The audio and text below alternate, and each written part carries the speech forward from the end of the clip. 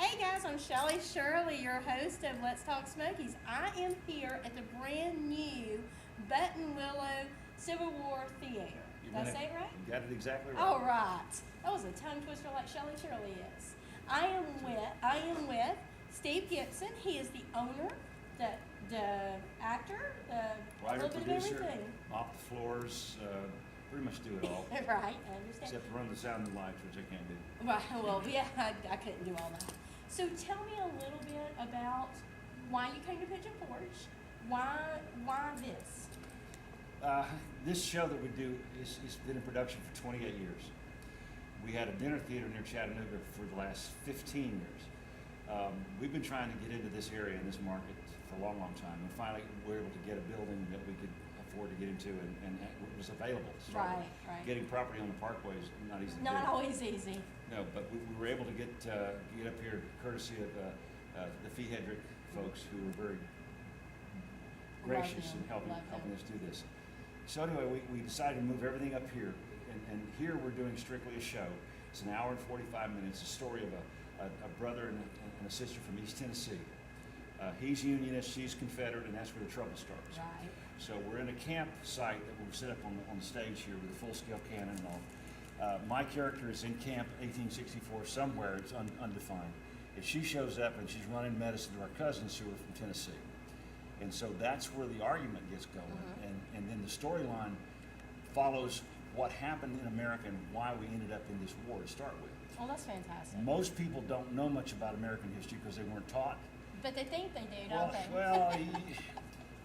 They used to think the world was flat too. Right, They probably right. figured out that wasn't true either. Right. Except Kansas, and I've been there and it is. It's kind of flat. But people's perception of history and what really happened, two different stories altogether. We in this show we cover from pre-colonial days up through the Civil War to give you an idea of why this all started. As a piece of trivia that people think they know that they don't know, Right. this goofy thing. And when we're talking about the Revolutionary War, we're talking about Paul Revere. And when Paul Revere goes riding through the villages, he did not yell, "The British are coming." But that's what you and I were told Right, they yelled. right. And then they also told us that Henry Wadsworth Longfellow, who wrote a poem called Midnight Ride of Paul Revere, is what he said it. He didn't say it there either. He didn't say the British are coming because we were British and we were already here, so it'd be stupid for him to say that. Right, right. But over time, people have accepted that as truth. All they got to do is go back and read the poem. It's not there either. Right. He was actually warning those patriots in each village that the irregulars are coming out. That's what he was kind of half. He wasn't even yelling that because he didn't want to wake up everybody else. He was saying the regulars are coming out. They were coming out of their barracks in Boston to cross the Charlestown River to go up to Concord where they had the shot and powder store. So all this American history just kind of gets goofed up. People drink a lot of beer behind a 7-Eleven, and the next thing you know, they're running their mouths. Right. And, my granddaddy told me this, Yeah. and I told you my granddaddy drank an awful lot. Right. And he made up stuff. He told me we were on Mars in 1926, and I found out later on that we weren't. And so just because you repeat bad history long enough and it becomes text doesn't make it true. Kind of like Facebook. If it's on Facebook, it must be yeah, true, yeah, right? people get their news from Facebook now, Right. which is really Right. a Dumb dangerous thing, situation. yes. So my job as a historian is to not take sides. Right. I don't take sides. I play the East Tennessee Unionist, and I'm as diehard a Unionist on stage as you could possibly get. Right. But this war took place between two factions in this country, those that wanted to break up the Union, those that wanted to hold the Union together. Even the term Civil War is misinformation. Whoever wins the war gets to write the books. That's been going on since day one. Well, the fact that your school books call it the Civil War tells you that the Northern slant is already at work. It cannot be a civil war because it took place between two countries. Right. And so people lose the definition of the word civil war, which we go over in the show to let you know. Two countries fighting each other is not a civil war. And then my character asks the others, where are you getting two countries out of this? And Corky, who plays my second character, she says, well, the North and the South. And I say, you're a simple person, aren't you? Because the South seceded from the United States the same way we, as the colonies, seceded from England. There's no difference. Right. So if we can secede from England, why can't the South secede from the United States? There's nothing in the Constitution that says you can't do that. Right. To this day, it's never been tested. Right. And even at the end of the war, when Jefferson Davis was being held in prison up at Fortress Monroe, Virginia, he kept asking for a trial, and they kept delaying it because they were scared to death Amen. that if it ever took this to court, he just might win the case. Right. And if that was the case, then we'd be right back at it again. The Confederacy would be in place. And there's a rule in life that you learn in high school: never call for overtime when you've already won the game. Right. So the North had already won militarily, and they put us down. So they're not going to take a chance of having it all reversed by the Supreme Court, which could have happened because Lincoln messed with the Supreme Court through the whole war, and he was not on their Christmas card list. So Right. there was a lot of things going on. Exactly. So Lincoln wasn't a great emancipator, and a lot of people give him that credit. He wanted to hold the Union together, and the fact that the boys came south to hold the Union together, they had the word Union soldiers, Union troops. If they had come down to free blacks, the slaves, they'd have been called abolitionist soldiers. Right. So, Absolutely. so again, people got to understand definitions. I will tell you, for everybody that's watching this show is not made for people and for kids under 5, 6 years old. That's what I was going to ask you. They can't understand what's going on it. If you've got a child that's really into the time period and is 6 or 7 years old, that's cool. Last night we had a little girl in here who was about 9 years old who kept me out in the lobby for a good 30 minutes asking me questions. Oh, that's So hard. there are some that are really interested. But if you've got kids 2nd, 3rd, 4th grade up, they need to see this because they won't see this in school. Anywhere else, They absolutely. won't get this information anywhere. The history teachers teaching in Tennessee are not given this information at the university level. And I was going to say, they're probably not taught the same, Well, exactly. They don't. If you can't, if you're not being taught, how can you teach? Absolutely. So Absolutely. my job is to go to Washington, D.C., which is what I've done for years, and sit in the National Archives and read the actual records written by everybody from Harriet Beecher Stowe to Jefferson Davis. That's So right. I've read their stuff. Right. And in the show, we repeat their stuff. That's really cool. And that way people leave, they go, I never heard that before.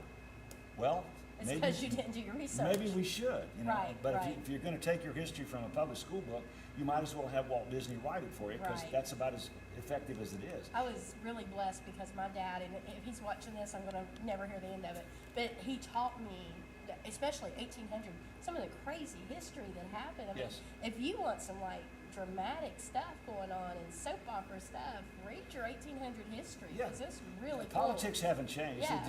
The actors have changed, but Yeah, right. it was as nasty in those days as it is today. Absolutely. And what's really cool in this show is that we're discussing 19th century politics, but people who are very astute they say, well, this is going on now. Right. That's because a lot of those issues were never settled. Right. And we're still having the argument, does the state have a right to do what it wants to do over the federal government, or the federal government still has a right to come and tell you what to do? Even the words, the definition of words is what throws people off as well. Definitions change. And if you don't know when that word changed definition, you won't know what you're reading if you're reading something that was written in 1863. Absolutely. There's an example we give in the book, or that I've written as well, but in the show. The word nostalgia. Today it means something that makes you reminisce and you feel Right. good about it. Right. Well, nostalgia was coined in the 1600s by an army surgeon to define shell shock. Really? PTSD. didn't That's know what that. it meant. And during the 1860s, that's what it still meant.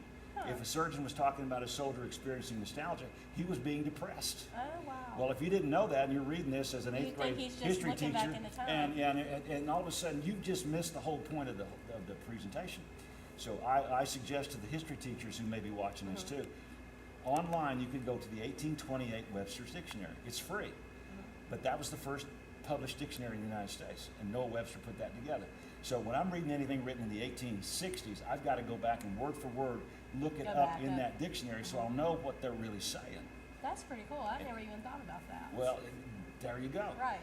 And so rules change, social etiquette changes, and we discuss all of that in the show too. It intermixes a lot of that kind of thing. So to keep people from their, what I call cruise control world, and put them back into a time when we were still in wagons, and if you had the money to do it, you'd get on a train somewhere, but otherwise, we were not Americans yet. Right.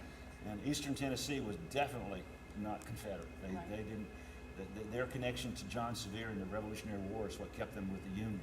So my character, the two characters we played, our granddaddy fought with John Sevier, and so I don't understand why my sister's trying to bust up what Right, granddaddy almost right. got killed tonight. Right. So Southerners have to remember that before there was Confederate blood, there was Revolutionary War blood. Right. It's still family blood. So we're just trying to keep an open mind. And I'll tell you too, and I'll tell everybody that's watching this, we are politically incorrect. So if anybody it. there, if anybody watching this watches The View, don't come here. Don't come watch this, because this will just upset you. You'll go home perplexed, and you'll probably eat a lot of sugar, and we'll, next thing we know, we're watching you on a TV talk show. That's hilarious. So don't do it. So we're not playing to everybody. I don't want to entertain those people. I just want to bring people just here ruined my who day. want to know something about Right. what They really want happened. history. Yeah. Yeah. Yeah.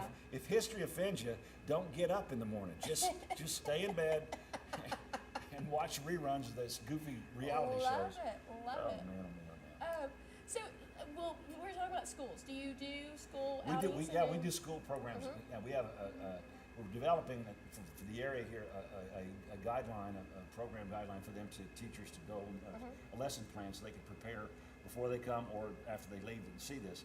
But again, we exceed Tennessee state requirements for this time period by light years. And I'm sure. And I mean that I'm sure. literally by light years. The history teachers that come to see this leave our place going, I've never heard 2/3 of what you just said. Exactly. And I'm saying, well, maybe you should have. Well, yeah. And We'll leave my choice of thoughts about that. Well, alone. yeah. Isn't it ironic that if you specialize in history, you take less classes in history than you do in education? And you're not covering the material you're supposed to cover. They're right. just making sure that you know how to They just teach, quote write unquote. that, what's in that But book. where's the material you're supposed to be imparting to the kids? Absolutely. So my job is to kind of fill in the blanks, and I'll just tell everybody out there that comes to see this show, I don't know everything. My mother-in-law does. She lives in South Carolina. Just call area code 86, whatever it is, 843-411. Ask for Shirley. She'll tell you everything you want to know. Too funny. Now, if people want to come to the show, tell us real quick how much it is and Well, how they would get to come okay, here. $34.95 for adults. We have a special for anybody in Sevier County, only Sevier County.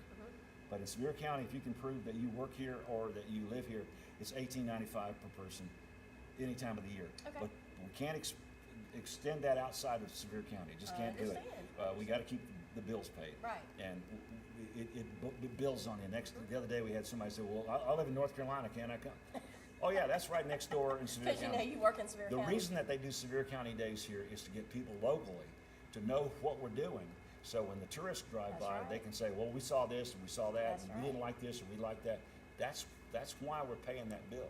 But otherwise, we gotta I maintain used to the be a ticket price. server in town. I can't tell you how many people ask us, Yeah. you know, where to go, what to do, and we try very hard. My husband and I do to go to all. I mean, now I do it because of this, but Yeah. when I was just a server, because I wanted to be able to tell people where to go or where maybe not to Well, go. it's because you're a curious person. I'm nosy. And, Yes.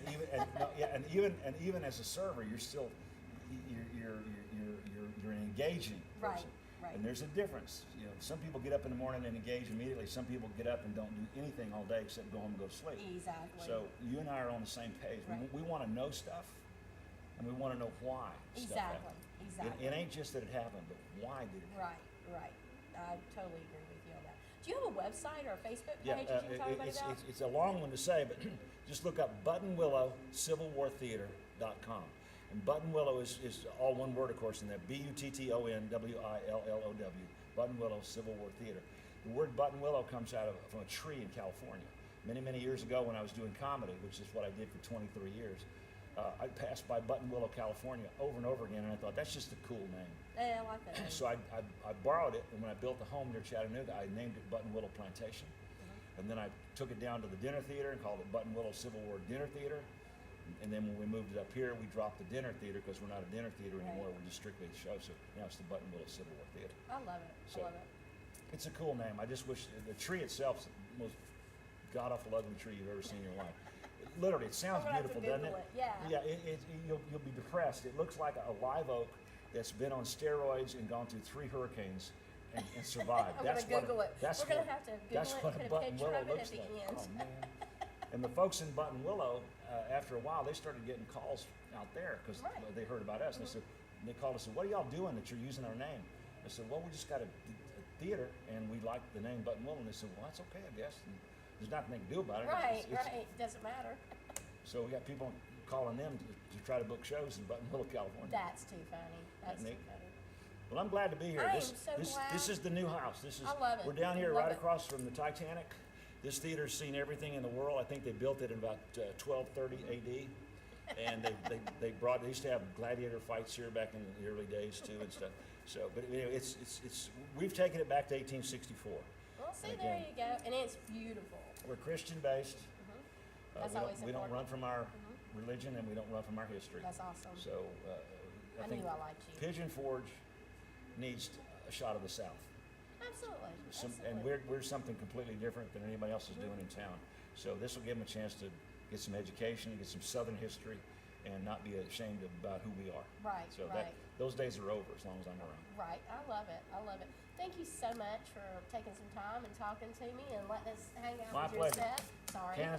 Candace's name is Lady. Lady, Yep. one of these days I'm gonna come in here and blow her off. Let's see. She's a 6-pounder, and she would throw a ball about 1,800 yards. That's really cool. That's really cool. It was a lot of fun to mess with. I fielded one just like this for 18 years. We were all over the country getting killed on weekends by my friends. Oh yeah, doing the Civil War Reenacting. acting. That's really Yeah, cool. so we got to do that and all kinds of cool stuff. So anyway, if anybody's got questions after they come and see this show, I will wait.